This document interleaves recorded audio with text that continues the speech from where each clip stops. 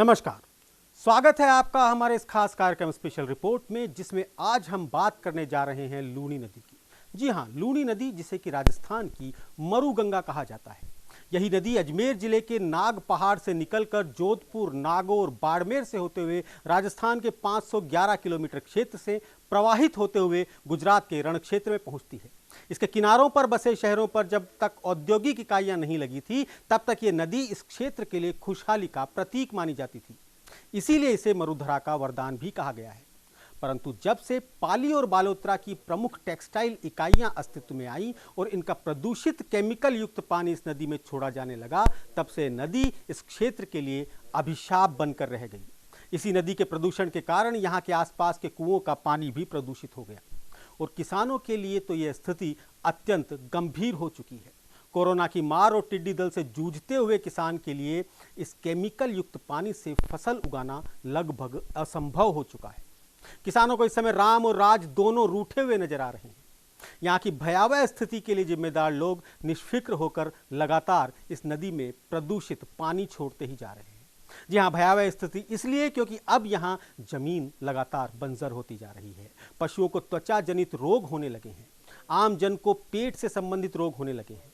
आगे आने वाली संततियों में विकृत होने की संभावनाएं नजर आने लगी है। आज इसी विषय पर हम चर्चा करने जा रहे हैं, जिसमें मेरे साथ मेरे सहयोगी उमंग माथुर हैं और हम प्रयास करेंगे कि हम पड़ताल कर सकें कि आखिर कौन सी ऐसी मजबूरी है कि राजस्थान की ये मरुगंगा अब अपना अस्तित्व ही खोने की कगार पर आकर खड़ी हो गई है। जी हाँ, मेरे साथ उमंग माथुर हैं। उमंग, आपने भी सुना होगा लूनी नदी के बारे में, जो कि लगातार इस समय पर प्रदूषित होती जा रही है। इसमें आने वाली नदियां पहले ही अतिक्रमण का शिकार होकर अपना अस्तित्व खो चुकी हैं। ये नदी लगातार छोटी होती जा रही है। छोटी होने के साथ साथ जैसे जैसे इसमें पाली और बालोतरा की फैक्ट्रियों का पानी इसमें आता जा रहा है, ये प्रदूषित होती जा रही है। क्या कहना चाहेंगे इस विषय में? बिल्कुल सुनील जी, पहले से ही इस नदी में प्रदूषण की मात्रा काफ़ी थी और जो वहाँ पर बालोतरा में और पाली में अगर हम बात करें, जो इंडस्ट्रीज़ वहाँ पर लगी हुई हैं, उनका जो गंदा पानी या फिर हम कह सकते हैं कि उनका जो बेकार पानी उस नदी में मिल रहा था और उस वजह से, जैसा कि आपने बताया कि पशुओं को त्वचा जनित रोग हो रहे हैं, वहाँ पे जो मनुष्य हैं उनको पेट से संबंधित बीमारियां हो रही है और बहुत लंबे समय से वहां के लोग, वहां के ग्रामीण प्रशासन से इस बाबत शिकायत भी कर चुके हैं, लेकिन प्रशासन है कि उसके कान पे जूं तक नहीं रहेंगे। लेकिन अगर हम बात करें कोरोना महामारी की, तो पूरा विश्व इस समय कोरोना महामारी से जूझ रहा है और भारत देश और राजस्थान भी इससे अछूता नहीं है।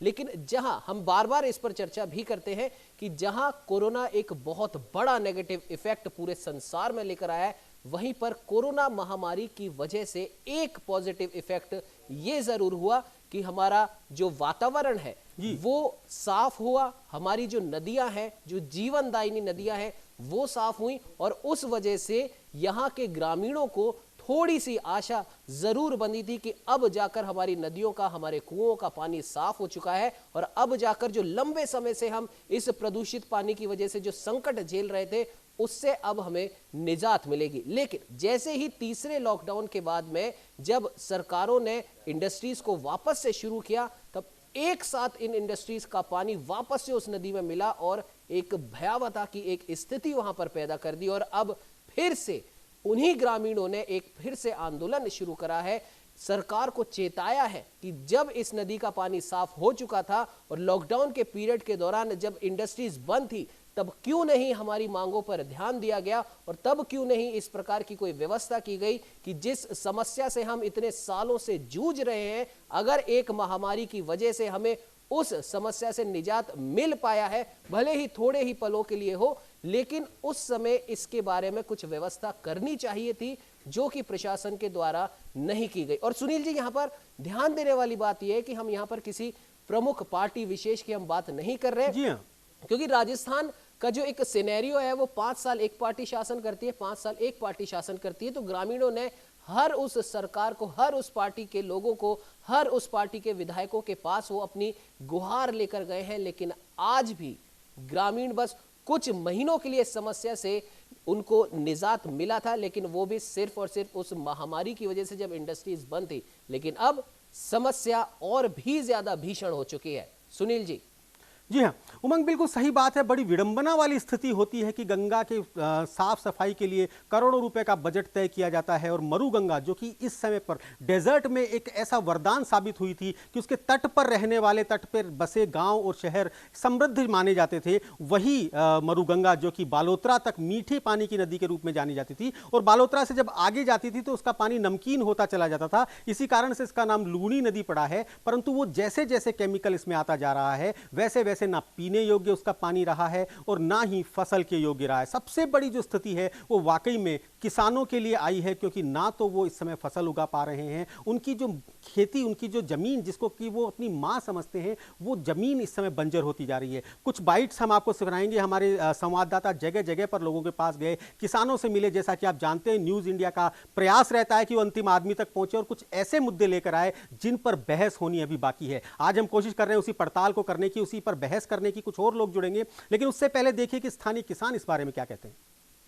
पानी में इतना कास्टिक है कि जिसको छूने पर भी हमारे पैरों में भी छाले हो जाते, और दूसरी जमीन ये जल रही है, आप पास में खड़े रह जाओ तो उसकी गंध आ रही है, और यही पानी कुओं में जाएगा, और कुओं में जाने के बाद में ये पानी वापस खेती के अंदर जाएगा, तो उस समय ये फसलें पूरी सोपट हो जाएगी। यहाँ के स्थानीय कुओं को रिचार्ज कर रहा है, और यही कुओं का पानी पीने के लिए यहाँ के ग्रामवासी उपयोग में ले रहे हैं। आज खेतीबाड़ी, ये क्षेत्र पूरा उनका चौमुखी विकास हो रहा है क्षेत्र का, लेकिन इस दूषित पानी की बदौलत जो स्थितियां यहाँ बनी हुई है, किसान कर्जे तले दबा हुआ है, केसीसी सबने ले रखी है, लेकिन अगर उत्पादन नहीं हुआ, उपज नहीं हुई, इधर टिड्डियों का प्रकोप है, कोरोना महामारी के तौर पे किसानों पे एक कहर बनकर उभर रही है, तो उसके साथ साथ जो ये स्थिति बनी, इस स्थिति को लेकर आज हमने पाली के जिला कलेक्टर माननीय अंशदीप जी से भी बात की है। वो बाड़मेर में पहले कलेक्टर रह चुके हैं, तो वो यहाँ की स्थिति से भली भांति वाकिफ है, तो उनको इस स्थिति से अवगत करवाया कि पाली फैक्ट्रियों का पानी आज हमारे क्षेत्र में पहुंचा है, ये चिंता का विषय है, और उसको अविलंब जो भी इसके दोषी हैं, चाहे वो पोल्यूशन कंट्रोल बोर्ड के अधिकारी कर्मचारी हो, चाहे फैक्ट्रियों के संचालक हो, उन पे सख्त से सख्त कार्रवाई हो, और उसके साथ में पानी को त्वरित प्रभाव से रोका जाए और किसानों को राहत प्रदान की जाए। कई साल में अच्छी खेती की फसल हुई, वो अगली साल नहीं होने वाली है, और बर्बाद हो जाएंगे सब किसान, भिखारी हो जाएंगे, बैंक के कर्जे किए हुए उनके ऊपर पैसे कहाँ से देंगे वो लोग।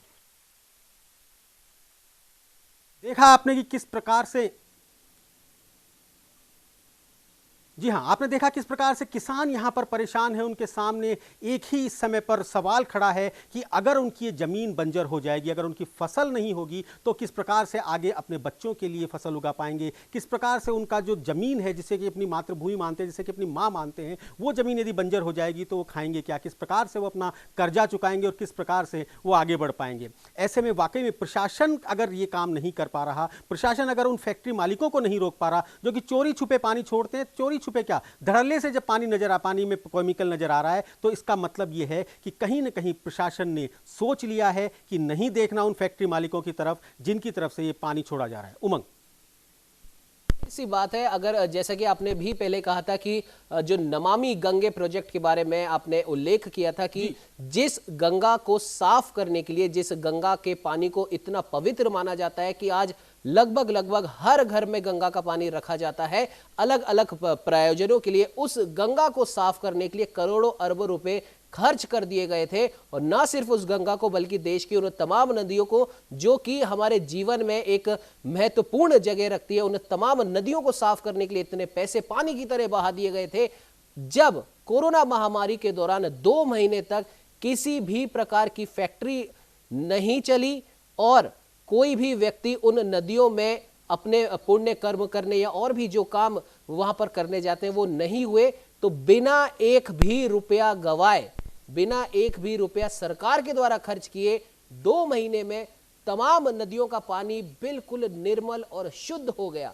और उस समय भी कहा गया था, ग्रामीणों द्वारा भी कहा गया था कि अब जबकि वहां पर आवागमन बिल्कुल पूरी तरीके से बंद है, फैक्ट्रियां बंद हैं, बार बार हम इस चीज को दोहरा रहे हैं सुनील जी, और दोहराना जरूरी भी है कि जब एक भी व्यक्ति का वहां पर आना निषेध था, फैक्ट्रियां बंद थी, तमाम कारखाने बंद थे, तब जरूरी था कि कुछ ऐसी व्यवस्था की जाती कि इन नदियों का पानी जो साफ हो चुका है वो वापस से दूषित ना हो। सुनिए जी अमंग, अमंग बहुत ज्यादा भयावह स्थिति इसलिए हो गई कि आफ्टर कोरोना इफेक्ट जैसे ही लोगों ने, जैसे ही फैक्ट्रीज वापस शुरू हुई, उन्होंने तुरंत अपना पानी डालना वहां पे शुरू कर दिया और पानी जो कि एक बार हमें साफ नजर आ रहा था, जो नदी हमें शुद्ध नजर आने लगी थी, बहुत आशा की किरण नजर आई थी, वो नदी वापस से प्रदूषित हो गई। हमारे साथ प्रेम सोनी इस समय समदड़ी से जुड़े हुए हैं, जो कि इस पूरे मामले पर नजर बनाए हुए हैं, जो कि पूरी कोशिश कर रहे हैं एक एक किसान से मिलने की और ज्ञापन जो लोग सरकार को दे रहे हैं उसमें वो मदद कर रहे हैं। प्रेम सोनी नमस्कार, सुन पा रहे हैं हमारी आवाज? हाँ सर। हाँ जी प्रेम जी, क्या है ये पूरा मामला जो कि हर साल आप इसके बारे में खबर हमें भेजते हैं, हर साल आप विजुअल्स भेजते हैं, हर साल वहां आंदोलन होते हैं, हर साल ज्ञापन दिए जाते हैं, फिर भी क्या ऐसा कारण है जिसके कारण कि ये नदी पूरी तरह से प्रदूषित होती जा रही है? सर सुनिए सर, मैं बताना चाहूंगा कि ये जो प्रदूषित पानी जो आ रहा है ये पाली की रसायन फैक्ट्रियों से छोड़ा जा रहा है जी। 2012 में 8 फरवरी को भी पानी को छोड़ा गया था, जिस पर किसानों ने धरना प्रदर्शन भी किया था तहसील मुख्यालय पर। कई नेता भी साथ में मौजूद थे भाजपा और कांग्रेस के जी। लेकिन आज भी वो समस्या जस की तस बनी हुई है। पाली फैक्ट्रियों के अंदर जो नेहड़ा बांध बना हुआ है, जो पानी नेहड़ा बांध में चला जाता है, तो वहाँ पर ऐसी समिति भी बनी हुई है जिसमें सिवाना विधायक अमित सिंह बायल भी उस समिति के सदस्य है, उनको भी अवगत करवाया गया था जी। उसके बावजूद भी जो पानी है जो फैक्ट्री मालिकों द्वारा छोड़ा जा रहा है, तो कहीं ना कहीं किसानों पर बहुत दोहरी मार पड़ रही है। एक तरफ तो कोरोना का कहर भी है, दूसरी तरफ टिड्डियों का आतंक जी। और इस तरह से पानी को छोड़कर किसानों के साथ में जो खिलवाड़ किया जा रहा है ये बहुत ही दुर्भाग्यपूर्ण है। और प्रेम प्रेम प्रेम आप बता रहे हैं कि खुद यहाँ के जो विधायक हैं वो समिति के सदस्य हैं, जो कि लूनी बचाओ और लूनी को साफ करने वाली समिति है उसके सदस्य हैं, उसके बावजूद वो अगर कुछ नहीं कर पा रहे, जबकि पिछले कार्यकाल में भी वो विधायक थे और उस समय तो सरकार भी उनकी स्वयं की थी, उसके बावजूद भी ऐसा क्या कारण है कि वो लगाम नहीं लगा पा रहे इन औद्योगिक घरानों पर, जो कि पाली और बालोतरा दोनों के, हम यहाँ बालोतरा को नहीं भूल सकते, बालोतरा की औद्योगिक इकाइयों का पानी भी इसमें आ रहा है? बिल्कुल सर आ रहा है, लेकिन विधायक को भी कई बार अवगत करवा चुके हैं। उनकी सरकार थी, उसकी सरकार के टाइम भी इस तरीके से पानी लूनी नदी में छोड़ा जा रहा था। कहीं ना कहीं इनके ऊपर जो लगाम सही तरीके से नहीं लगाई जा रही है फैक्ट्री मालिकों पर, तो उनके हौसले बुलंद है और इनके ऊपर बहुत जल्दी से लगाम लगाई जाए ताकि किसानों को भी इस दूषित पानी से राहत मिल सके। और फसलें भी है जो पूर्व में भी उनकी फसलें इस पानी से नष्ट हो चुकी थी और इस बार भी जो पानी जो छोड़ा गया है तो कुओं का पानी भी पूरा दूषित हो रहा है, पीने योग्य भी नहीं है। पानी में इतनी भयंकर बदबू आ रही है कि किसानों का वहां पर रहना भी दुश्वार हो गया है। लेकिन प्रेम माफ कीजिएगा, बीच में आपको रोक रहा हूँ। जैसा कि अभी सुनील जी ने भी बताया कि जो विधायक हैं वो इस समिति के सदस्य हैं और जैसा कि सबको पता है कि वो पिछली सरकार, जब उन्हीं की सरकार थी, उन्हीं की पार्टी की सरकार थी, तब भी वो समिति के सदस्य थे, तब भी उन्होंने कुछ नहीं किया। और अब जबकि उनकी पार्टी की सरकार नहीं है तो अब वो झंडा लेकर आगे चल पड़े इस आंदोलन को और ज्यादा बुलंद करने के लिए। किस प्रकार का दोहरा चरित्र है। और सबसे बड़ी बात यह कि विधायक एक जन नेता भी कहा जाता है विधायक को, और जन नेता वो होता है जिसे जनता वोट देती है। जनता वोट देती है तब जाकर वो जन नेता कहलाता है और तब जाके वो उस जगह जाकर बैठता है जहां से वो अपनी उसी जनता की सेवा कर सके, उसकी भलाई का काम कर सके। लेकिन यहां पर तो मामला ही सारा उल्टा पुल्टा दिखाई दे रहा है। बिल्कुल सर, उनको ध्यान देना चाहिए। जनता उनको वोट देकर जिताती है तो कहीं न कहीं उनका ये तात्पर्य बनता है, लेकिन इस मसले को एक राजनीतिक हमला बनाया जा चुका है और जिसके चलते इन फैक्ट्री मालिकों का जो है वो हौसले दिन ब दिन बुलंद होते जा रहे हैं। अभी मौसम जो है वो बरसात का मौसम है जी, तो इस बार किसानों को काफी उम्मीद भी है कि भाई बारिश के मौसम में अच्छी फसल होगी, लेकिन इस तरीके से पानी छोड़ना ये कहीं ना कहीं बहुत बड़ा किसानों के साथ तो दुर्भाग्य है। प्रेम, जहां तक मुझे ध्यान है पिछले विधानसभा चुनाव के समय भी सिवाना के क्षेत्रों का कुछ हमने दौरा किया था, साथ में दौरा किया था। उस समय जितने भी कैंडिडेट खड़े थे उनके चुनावी मुद्दों में भी ये लूनी नदी का एक मुद्दा था, जिसमें उन्होंने कहा था कि लूनी नदी का आप अगर हमें वोट देंगे तो हम लूनी नदी के पानी को साफ करने की मुहिम चलाएंगे। स्वयं हमीर सिंह जी का भी यही मुद्दा था। फिर क्या है ये वादा जो वो करते हैं, उसको करके वोट लेते हैं, उसके बावजूद भी अगर वो इस तरह का काम कर पाने में सफल नहीं होते तो इसके बारे में तो जनता को पूछना चाहिए उनसे। बिल्कुल सर, आप जो कह रहे हैं वो बिल्कुल सर राइट है। आगे विधानसभा में भी कई जो नेता खड़े हुए थे विधानसभा में, उनका एक ही मुद्दा था रासायनिक पानी को लेकर। जी लेकिन सर मैं बीच में एक बात कहना चाहूंगा कि आपने भी समरी में विजिट किया था, उस वक्त उस लूनी नदी के अंदर जो पानी जो रासायनिक आ रहा है, जी उन बेरों में से कुछ किसानों के जो बेरों के ऊपर जो डैम बने हुए हैं, वो सीधा पानी उस डैम के अंदर जाता है और उसके अंदर ये भयानक एक कपड़ा नुमा नील जो जमती है, जी वो सर बहुत ही भयानक है। उस पानी को जब वो नील पड़े रहते पानी में जम जाती है तो वो पानी पीने योग्य भी नहीं है जाता। तो कहीं ना कहीं समस्या तो बहुत बड़ी है, लेकिन इसके ऊपर गौर करना भी प्रशासन को है, राजनेताओं को है, जनप्रतिनिधियों को, इनके ऊपर बहुत किसानों के साथ में बहुत भारी देखना पड़ेगा। जी हाँ, अब बिल्कुल सही कह रहे हैं प्रेम। आपकी ये जो मामला है ये पूरी तरह से प्रशासन को इसको संभालना चाहिए, क्योंकि आम जनता सिर्फ आवाज़ उठा सकती है। आम जनता जो इस समय परेशान है वो सिर्फ आपको बता सकती है कि हम इस समस्या से ग्रसित हैं। हमारे साथ इस समय कांग्रेस सेवा दल के हुकुम सिंह अजीत इस समय फोन लाइन पर जुड़े हुए हैं, जो कि इस मुद्दे पर संघर्ष की राह पर हैं। हुकुम सिंह जी नमस्कार, कैसे हैं आप? जी हुकुम सिंह जी, लूनी नदी का जो मुद्दा है, लूनी नदी में जो केमिकल युक्त पानी आ रहा है, रसायन युक्त पानी आ रहा है, जिसके कारण किसान परेशान है, जिसके कारण जमीन बंजर हो चुकी है, जिसके कारण पशुधन जो है उसकी हानि हो रही है, तो क्या है ये मुद्दा, क्या है जिसके कारण, और ऐसा कितना बड़ा मुद्दा हो गया, ऐसी कितनी बड़ी परेशानी हो गई कि जिसे कोई भी सरकार हल नहीं कर पा रही है? जबकि हमें मालूम है कि पानी कहाँ से आ रहा है, हमें यह भी मालूम है कि पानी कौन छोड़ रहा है, फिर भी ऐसी कौन सी मजबूरी है सरकारों के सामने कि वो इस नदी को, जो कि एक हमारे लिए वरदान मानी जाती थी, उसे अभिशाप बनते हुए देख रहे हैं लगातार? सुशील जी, ये लूनी नदी में जो दूषित जल प्रवाह है जी, ये मुद्दा आप मानकर चलिए विगत 10 वर्षों से, जी बिल्कुल, और विगत दशक से ये समस्या एक बड़ी विकराल रूप धारण कर चुकी है।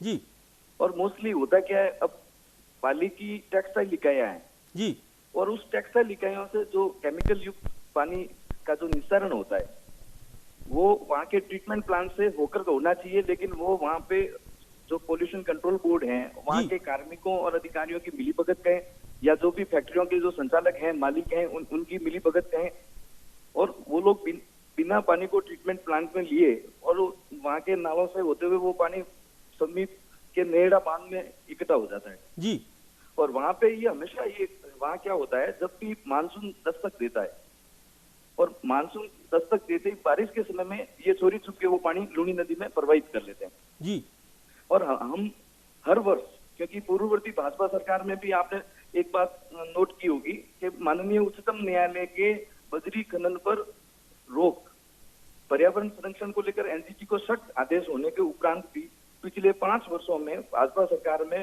बजरी की लूनी नदी में अंधाधुंध खनन हुआ है। जी हुकुम जी, माफ कीजिएगा, यहाँ बीच में आपको रोक रहा हूँ। अभी चलिए, पूर्ववर्ती भाजपा सरकार ने जो किया उसका परिणाम उन्हें मिल गया, वो सत्ता में नहीं आ पाए, लेकिन अब तो आपके दल की सरकार है, अब आपने क्या किया उसके लिए, वो हम जानना चाह रहे हैं। एक बात मान के चलिए, वर्तमान में कांग्रेस की सरकार है और माननीय यशस्वी मुख्यमंत्री अशोक गहलोत जी संवेदनशील हैं किसानों के प्रति, जी, उनकी समस्याओं के प्रति। और अभी भी आपने नोट किया होगा, हमारे यहाँ पानी आए हुए 4 दिन हुए, जो भी जनप्रतिनिधिगण हैं, भाजपा के स्थानीय विधायक हैं, उनको इस बात का ज्ञान ही नहीं है कि लूनी नदी में दूषित पानी आ चुका है। और इस मुद्दे को उठाने वाले हम स्वयं हैं, क्योंकि हमें पता है कि भ्रष्ट अधिकारियों और फैक्ट्री संचालकों की मिलीभगत से। लेकिन हुकुम जी, यहाँ पर एक बात गौर करने वाली है, एक बात की तरफ आपका ध्यान में आकर्षित करना चाहूंगा। नमामि गंगे प्रोजेक्ट के बारे में सबको पता है और ये भी पता है कि उस प्रोजेक्ट के लिए अभी तक हजारों करोड़ों रुपए खर्च हो चुका है, लेकिन कोरोना महामारी के दौरान जहां पर तो ये और तमाम लोगों के लिए एक अभिशाप बन चुकी है और अभी भी हम इससे जूझ रहे हैं। माननीय मुख्यमंत्री अशोक गहलोत के प्रयासों से राजस्थान थोड़ा इस संक्रमण के मामले में थोड़ा पीछे जरूर है, लेकिन फिर भी हम जूझ रहे हैं। अभिशाप के बाद भी कोरोना महामारी हमारे पर्यावरण के लिए, हमारे नदियों के लिए वरदान जरूर साबित हुई। और अगर हम बात करें सरकारों की, हम बात करें, हम इसकी बात ही नहीं करते कि कौन इसके पीछे है कौन नहीं है, एक बार को हम ये बात भूल जाते हैं। लेकिन अगर सरकारों की इच्छा शक्ति की अगर बात करें तो उत्तराखंड सरकार ने अब ये नियम बना दिए हैं और उत्तर प्रदेश सरकार ने भी ये नियम बना दिए हैं कि फैक्ट्रियों का जो भी पानी नदियों में जाएगा उसका एक पैरामीटर फिक्स कर दिया है उस पैरामीटर से ऊपर अगर किसी भी प्रकार का केमिकल युक्त पानी नदियों में जाएगा तो उन तमाम फैक्ट्री मालिकों पे, मिल मालिकों पे जुर्माना लगाया जाएगा। उनके ऊपर एक प्रकार से हम कह सकते हैं कि दंड स्वरूप उनको दंडित किया जाएगा। तो इस प्रकार की इच्छा शक्ति यहां पर क्यों नहीं दिखाई दे रही? 1.5 साल से ज्यादा समय हो गया है यहां पर सरकार को। पुरानी सरकार ने, मैं फिर इसको दोहराता हूं, पुरानी सरकार ने जो किया उसकी सजा उन्हें मिल गई। अब आप हैं, इन राजनीतिक जो हथकंडे हैं या जो आरोप प्रत्यारोप की राजनीति, एक बार को इसको छोड़े और आपके ही क्षेत्र के लोग हैं, वही लोग अगर परेशान हो रहे हैं तो फिर ऐसे उनका तो एक तरीके से मोह भंग हो सकता है। हुकुम जी।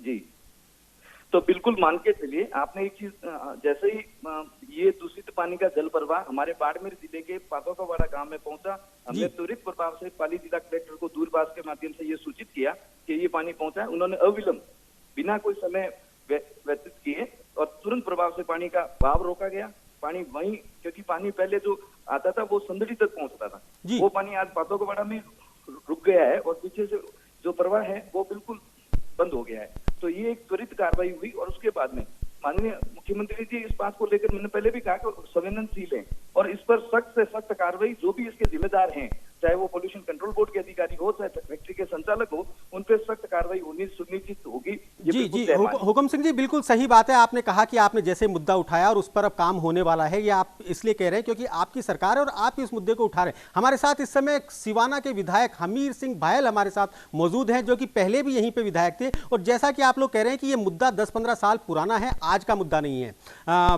हमीर सिंह जी नमस्कार, सुन पा रहे हैं आप हमारी आवाज? कह रहा था जी, मेरी आवाज आ रही है आपको? जी हाँ, बिल्कुल सुन पा रहे हैं, बोलिए क्या कहना चाह रहे हैं आप?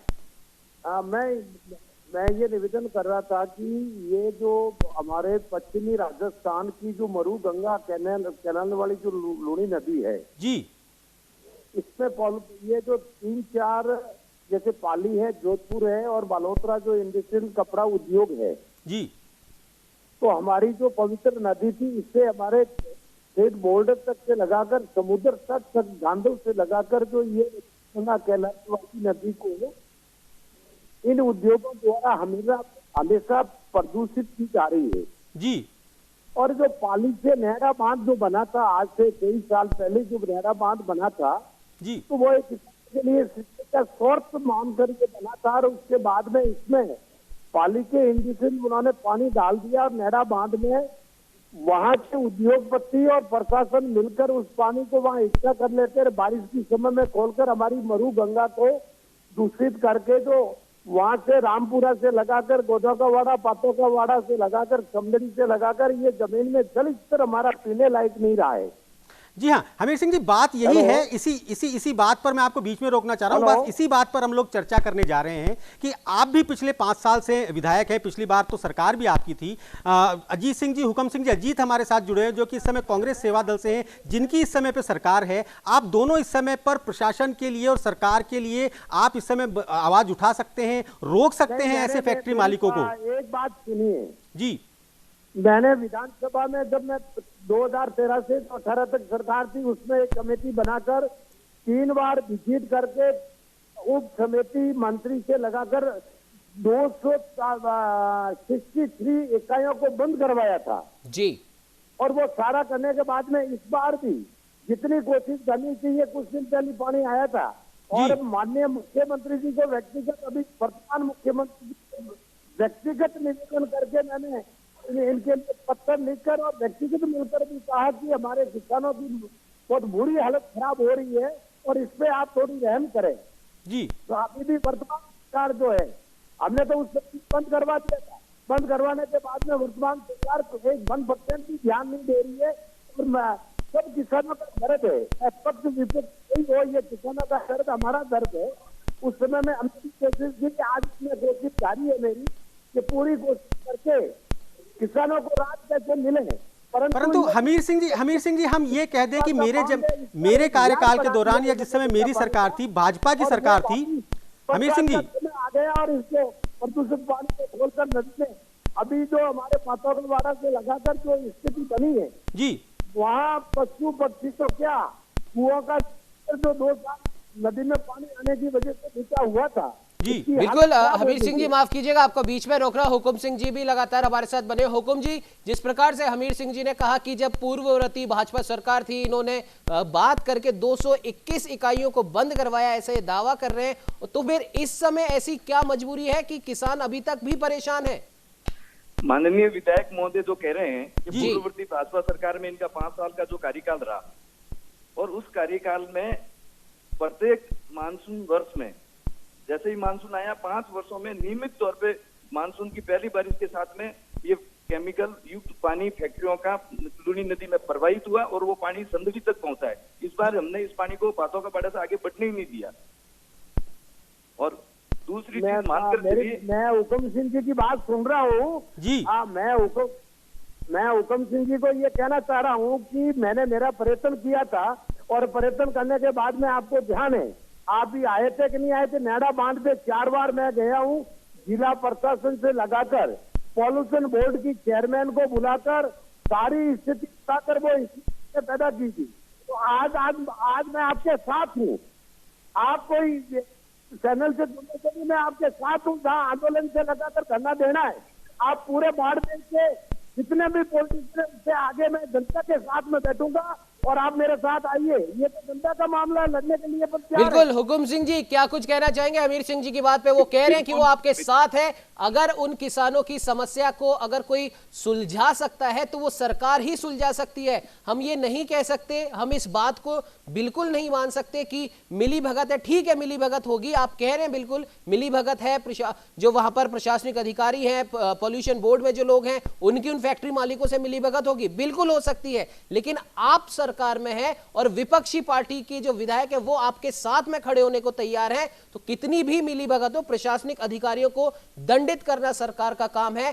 फैक्ट्री मालिकों के ऊपर दंड का प्रावधान लगाना आप सरकार का काम है। उसमें क्यों देरी है? 1.5 साल 2 साल का समय हो गया है, किसान तो लगातार परेशान है। अगर आप प्रयास अगर ईमानदारी से किए जाएं तो किसानों को इतनी समस्या नहीं होगी। क्या कहेंगे हुकुम सिंह जी?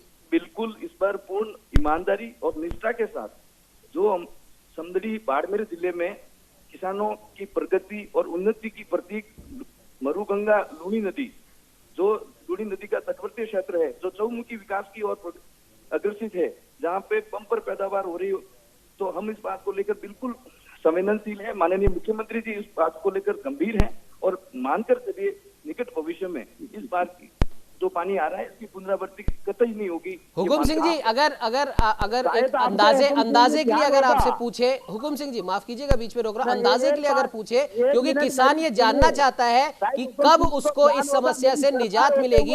हुकुम सिंह जी आपसे हम ये जानना चाह रहे हैं, एक अंदाजे के लिए बता दीजिए ताकि उन किसानों को भी संतोष हो सके कि चलिए ठीक है, महीना 2 महीना 3 महीना या 6 महीना, एक अंदाजा आप बता दीजिए कि इतने टाइम पीरियड के अंदर ये समस्या सॉल्व हो जाएगी और किसान वापस से अपनी लहलाती फसलों को देख पाएगा, अपने पशुधन की जो उसकी हानि हो रही है वो रुक जाएगी और उसके खुद की जो तबीयत खराब हो रही है इस पानी की वजह से वो बंद हो जाएगी। एक अंदाजा दे दीजिए।